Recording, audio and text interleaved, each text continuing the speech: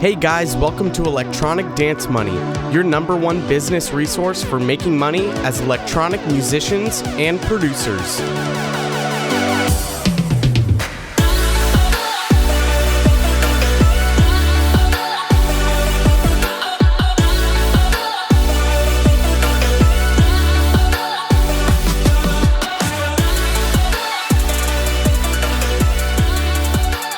What's up, everyone?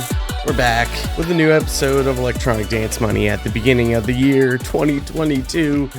We finally made it through 2021. Cue the fireworks and the cheering. Woo, yay, we did it. I hope you guys are having a great new year and had a great Christmas too. Good holiday. I know I did for sure. I'm newly engaged, which is super exciting. It's like a new step in my life, which is awesome. I'm really excited. Most people say they don't really, like, nothing feels different when they kind of move through those different stages of life. They, like, get a girlfriend, get engaged, get married, but it definitely feels different for me in a good way. Yeah, it's great, but Christmas was amazing. New Year's was great. I'm excited because I have nothing to do for the next 5 to 6 months in terms of traveling. Ever since like September, it's been go, go, go. Every single week I'm doing something. Every weekend someone's visiting, we're going somewhere, we're doing something. And I pretty much have nothing planned over the next 6 months, which is just, I'm excited because I don't have to go and do things on the weekend anymore, which is awesome for me. It's like a breath of fresh air and relaxation. But I wanted to take today's episode and kind of do like a year in review, a 2021 wrap up, if you will, and discuss some of the things that I felt were some of the most important things that we learned throughout the year in 2021, specifically for this podcast, and things to look forward to and work on throughout the year. And so I picked 4 main topics that I was going through each episode, and I was kind of thinking, you know, what are the key episodes where, one, I noticed a lot of people got a lot of value from, and 2, episodes that I felt like people may have listened to but didn't put much thought into it, or might have, like, I thought there was a ton of value and things that should be almost emphasized that you should be focusing on that some people may not have cared too much about or had taken the time to really do anything about. So these are some of the things I think to get the year started off right, they should be added to your to-do list or your calendar and start implementing and working on, because it's going to be somewhat transformative for releasing music, marketing your music, or whatever it is that you're trying to do with your music. Regardless, these things are going to help when implemented correctly so that you can hit the goals that you really want to hit towards the end of the year. And so what we're going to be focusing on are some of the subjects of kind of releasing music and getting more eyes on your music and getting more streams, right? Because that's what we all want, especially from the last episode with Matthew. Fucking fantastic episode, by the way. I mean, Matthew is so knowledgeable in the world of Spotify, marketing your music, releasing it, self-releasing specifically, which is kind of one of the topics that is included in this episode. So we're going to go through the four top learning subjects, or I should say the top 4 subjects that we learned throughout 2021 on Electronic Dance Money that you should continue to focus your power and your energy towards. All right, so topic number 1 is kind of an extension from 2020. It's from an episode in December of 2020, as well as an episode in August, and that was sales funnels and marketing, the 2 episodes with Wyatt Christensen. We had him on first in December for episode 42, The World of Sales Funnels, Lead Magnets, and Selling Your Music. And then obviously we just had him on with episode 59, Why Marketing Matters, with Wyatt Christensen. And I really wanted to emphasize the importance of sales funnels to really convert your audience. Because we, especially coming off the last episode with Matthew, when we were talking about, marketing your music, creating ads, and trying to convert that audience into streams and getting them onto your Spotify. That way you can get your artist profile can get involved in the algorithm and get added to those editorial playlists. But yeah, we have to take a step back from the actual getting on an editorial playlist to begin with, right? What's the first step before we get people onto Spotify? It's going to be the marketing part, where we really need to emphasize sales funnels. And the sales funnel it's all about first initially telling your audience who you are and why they should listen to you. And eventually it's going to move people down through that sales funnel to eventually end up wherever it is that you want them to end up. Now, for most of you, that's going to be Spotify. You want them to end up on Spotify.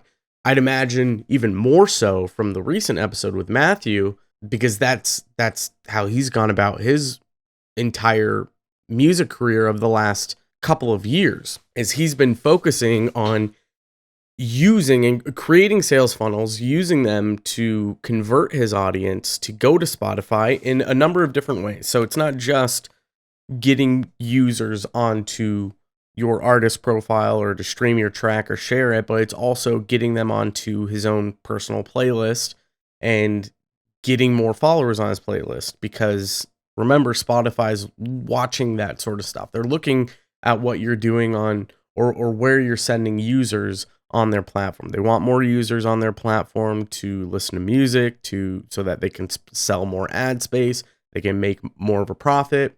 And so they want to see how you're involved in getting people on their platform and staying on their platform.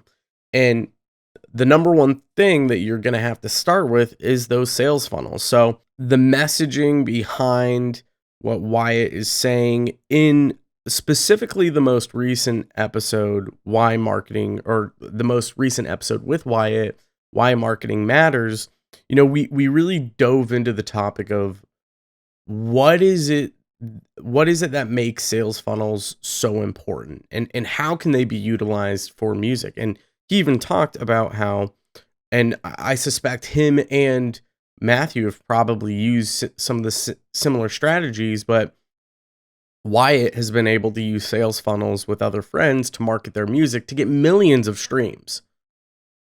So not only is it possible to self-release your music, get on editorial playlists, get the millions of streams, but it's also possible to just use sales funnels and marketing to be able to get millions of streams without being added to those playlists, right? It's possible, but it all starts with those sales funnels and making sure that you can construct it properly, follow through with editing your sales funnels, right? Testing different things, continuing with that process of tweaking the sales funnel, seeing what converts more, and creating just a suit of armor in terms of how that sales funnel works and converts. If you can create your sales funnel into the strongest suit of armor where it's unbreakable and it just keeps converting, as that cascades and your audience grows and you come up with different ideas of implementing that sales funnel and different processes,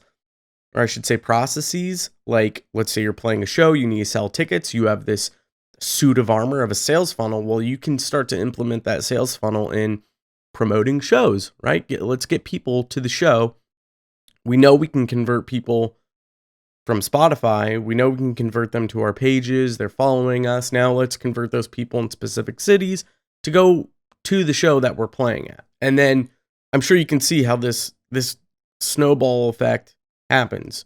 You grow your audience, the promoters like you more, they book you more, you can get people to shows, you actually have listeners, so maybe people want to collaborate more with you, record labels, if you want to sign with them, start looking at you because you have legit streams, not bot streams. Remember, we talked about bot streams. We want to avoid that stuff. But moving people from point A to point B is probably the most difficult part, right? Moving them from Facebook or Instagram over to listening to your music is difficult.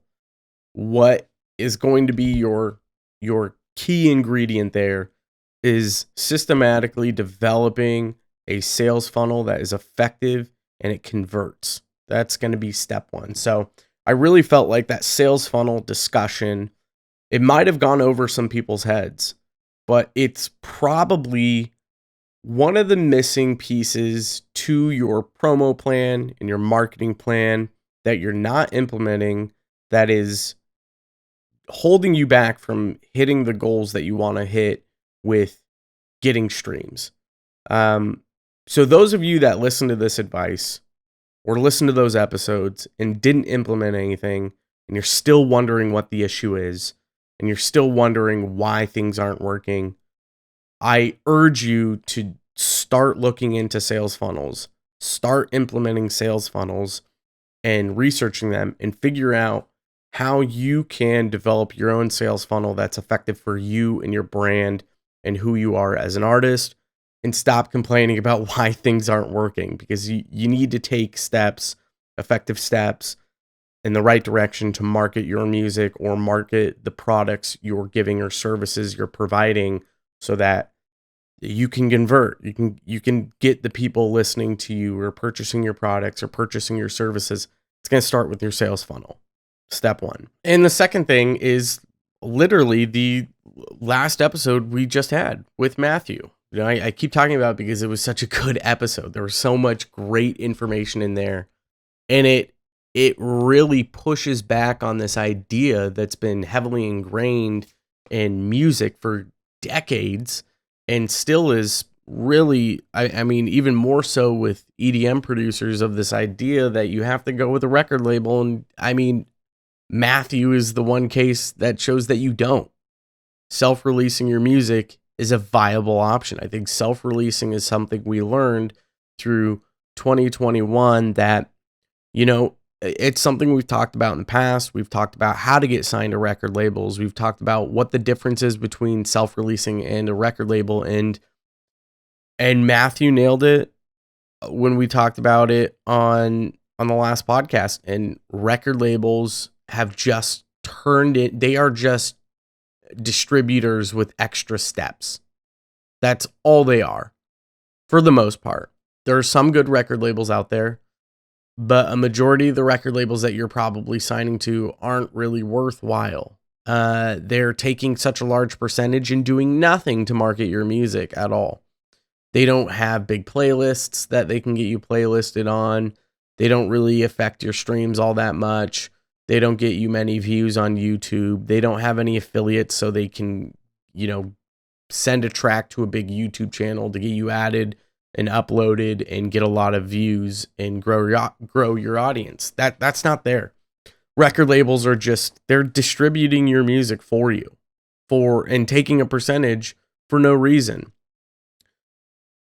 So self-releasing, it's starting to look like it's a much more viable option, but you have to spend more time working on self-releasing your music. You have to develop a sales funnel, right? So step one is going to be the sales funnel. You have to develop a sales funnel. You have to have somewhat of a marketing budget. It doesn't have to be extreme as what Matthew was talking about. He's been able to get millions of streams just doing $100 to $200 ad campaigns. And so really, when you're talking about self-releasing, you're talking about sales funnels and marketing. Paid marketing is probably going to be the space you need to play in, right? Running social media ads, YouTube ads, Facebook ads, Instagram ads, maybe even TikTok ads. The ad space is probably where you need to go. And you have to look at, when you're talking about running ads, you have to talk about how important is your music to you, and what's it worth? What's your value? What are you willing to invest for yourself, right? What's the dollar amount that you would like to invest into your music to help it grow? Because most record labels aren't going to invest a single dime into your music other than paying for DistroKid $75 a year. That's what they're willing to invest in your music, is $75 a year. So that it probably isn't valuable to you, right? I'm sure you look at that and you go, well, that's not really worth it to me. My value is much higher. So if you think your value is much higher, and instead of purchasing the next new plugin that you think is the secret to making your music better, maybe your music is already decent and good enough, but what you need to do is shift your focus from purchasing new gear and trying to make your music better, and you need to shift your focus into investing into marketing your music and how you can start marketing it and converting your audience and building an audience. And I think the one of the other big takeaways I'd say that we got from the last episode with Matthew was not just pushing your audience to stream your newly released track, but also constructing and building yourself as a creator or an artist on Spotify through building your own playlist, pushing your audience to that playlist, getting people to share your music. And when we're talking about getting people to share your music, you have to give them some sort of incentive. So one way you could do this is having some sort of contest of some sort. There's specific websites you could create contests where people can enter in a certain amount of ways to enter in a ticket to then win something, whether that's like a merch package, or maybe it is that you're playing at a festival somewhere and you have guest passes to give away, right? That's something you could offer in a contest that you're going to give to your fans. And included in that contest could be something like sharing your artist profile from Spotify, or sharing a specific track. And the different websites that you can do this with are stuff like Gleam, I think is one of them that I've seen some other YouTube people use with some of the YouTubers I follow, and Wishpond as well is another big one. But that's a way of, you running ads, sending people somewhere to enter into a contest, and you can get people to essentially share your music to help get you involved in that algorithm. There's different ways that you can come up with getting people to share your Spotify playlist, share your music, share your artist profile that can get you involved in that Spotify algorithm. And that's actually a really good idea, I think, for another episode topic to bring Matthew on, is how do we get people to give a shit about our music and share it? I think that's a really fantastic episode topic that would help out a lot. But the whole point behind this is that I think artists need to start looking at the time that they're investing in themselves and the percentage of royalties that they're giving away to record labels that are not doing anything for them and probably will continue to not do anything for them. Because I doubt most of you artists, I will guarantee that you guys don't you don't invest your time into looking into the record label you want to sign with and see what their marketing plan looks like. You probably don't look at the places that they playlist. You probably don't look at the artists that have released and what promotion and marketing they got on top of what streams they were given or where they charted with their music. You probably don't look into that sort of stuff. You have the blinders on and you're so excited because you think that signing with a record label is gonna do something for you when the record label doesn't do anything for you. Shifting your focus to this more self-released, self-starter mode is probably something to really look forward to and think about in 2022, and seeing how that goes for the next year if you decide to self-release. Consistently self-releasing, consistently working on a new marketing plan and adjusting your sales funnel and developing something that works for you and converts. The third thing that really pulls in the sales funnels with self-releasing, I think, that almost all of you guys probably overlooked, listen to this episode, didn't think much of it, and didn't do anything about it. I can call out most of, if not every single one of my clients, because I know you guys listen to this podcast. I know you guys have probably listened to a majority of the episodes, and you probably listened to the episode with Brian Hood, where we talked about creating your own website. And that was back in April, episode 51, building a high converting and well-designed website with Brian Hood. I think most most of you producers probably just completely disregarded it because you thought, well, I have no use for it. But if we're talking about self-releasing, and this is something you're thinking about, and we're also talking about sales funnels, developing one, it's way more difficult to successfully accomplish that and do that the right way without having an established website that's built that you can start converting on and start testing and seeing how people interact with your website. And probably the most important thing that we need to think about here is the fact that you need to own your audience. You need to have a place that your audience can go to, that they can you can guarantee that they can go to and they're going to have updated information. They're going to see you're active there, and they know that if they need information on you, there's a place for that, because not all of your social media will probably be updated. Social media sites die. We've talked about this in the past. New ones pop up. So if it's best to push people to one source, own that audience, own that place where people can visit and check you out, and then you can push them to other places. Your website can be a place for you to track conversions and have your Facebook pixel set up so you can create custom audiences. We can go further and further into this rabbit hole of websites, but I strongly urge you to go back to that episode 51, re-listen to it, and design a website. I know my clients aren't doing this. I know they don't have websites. I follow all of them on social media, and I think all of them just push people to a link tree.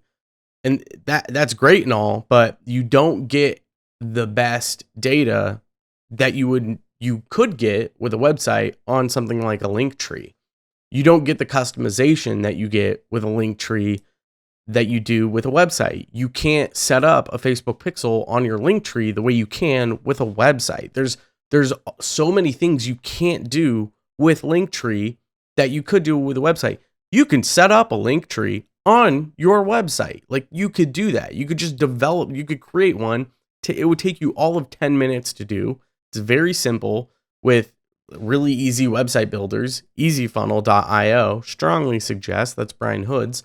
Super easy to create. A lot of wonderful features, but you can create your own Linktree on there. That's yours. You own it. Linktree doesn't. You get all of the data. You can turn those people who visit your Linktree into a custom audience and create a lookalike audience for those people on Facebook. That might be going over your head, but the things you can do with a website are far outweigh what you could do with just a simple link tree. So if you want to start running ads, if you want to start developing sales funnels, you want to start self-releasing, because these record labels are just distributors with extra steps for you and they're taking your money, then you have to develop a website. You need to get something set up. You need to push people to a specific place that you control, no one else does, and no one can take you off their platform, or the website, the social media platform dies and you don't have anywhere else for anyone to go. You need to have a home base. Now, finally, I think the last thing, number 4, one of the most important things that we learned through 2021 on Electronic Dance Money was the power of Submit Hub, and what you can do on Submit Hub with the right tools, with the right ideas, and the right, essentially, marketing plan when you're releasing your music, how you can make it more successful. Included with the Spotify algorithm and the way it works is you getting playlisted. And there's probably no better place than Submit Hub to try and get playlisted. And one of the biggest benefits, I think, with Submit Hub is the fact that there are creators and curators out there that not only want you, but need you. You are the person that keeps people active on their playlist, their record label, their so-and-so. Whatever it is that they're trying to, whether it's an influencer, a playlist, or a record label, it doesn't matter what it is, they need you to be able to keep creating content, keep their audience engaged, and keep people involved with them. So using Submit Hub to utilize your abilities to get playlisted is going to not only help you with getting more streams on your track, but getting you involved more with the Spotify algorithm, especially if you're implementing, you're on Submit Hub, getting playlisted by curators from Submit Hub. You're pushing people to stream your track from ads and marketing. You're also pushing people to share your music. And then you're also pushing people to your own Spotify playlist. You kind of have like the trifecta there of everything working for you to get you involved in the Spotify algorithm, get you involved in different radio stations within Spotify on their kind of shuffle randomization algorithm, but then also getting you added to editorial playlists. And this can all of these four things, when combined and done successfully, kind of emulate and is like the blueprint of becoming a successful self-releasing artist.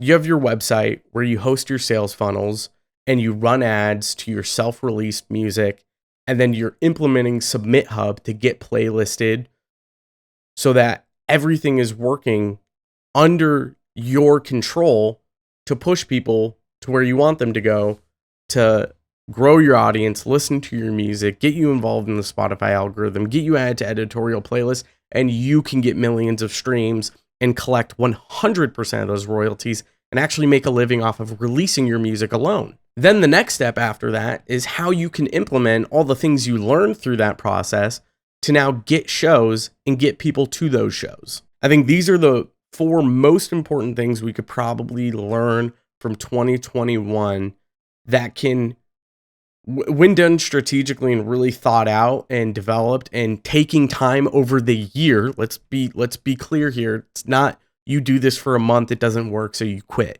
This is you do it for 2022, test it, learn, figure out what works, what doesn't work. Again, this is part of this too, is a learning process. You're learning how this stuff works. And out of that, you are going to find things that work and things that don't work, and you're going to adjust your plan accordingly, and that's okay. But you have to take the time to develop these skills to see what works and what doesn't work. But these four things, sales funnels, self-releasing your music, you're creating your own website, your own hub, and then utilizing Submit Hub for your releases, these are all things that, when done strategically, accurately, and effectively, can completely alter your place in the world of music entirely. One of the things we didn't talk about with Submit Hub just earlier in the episode is the fact that also blogs are on there.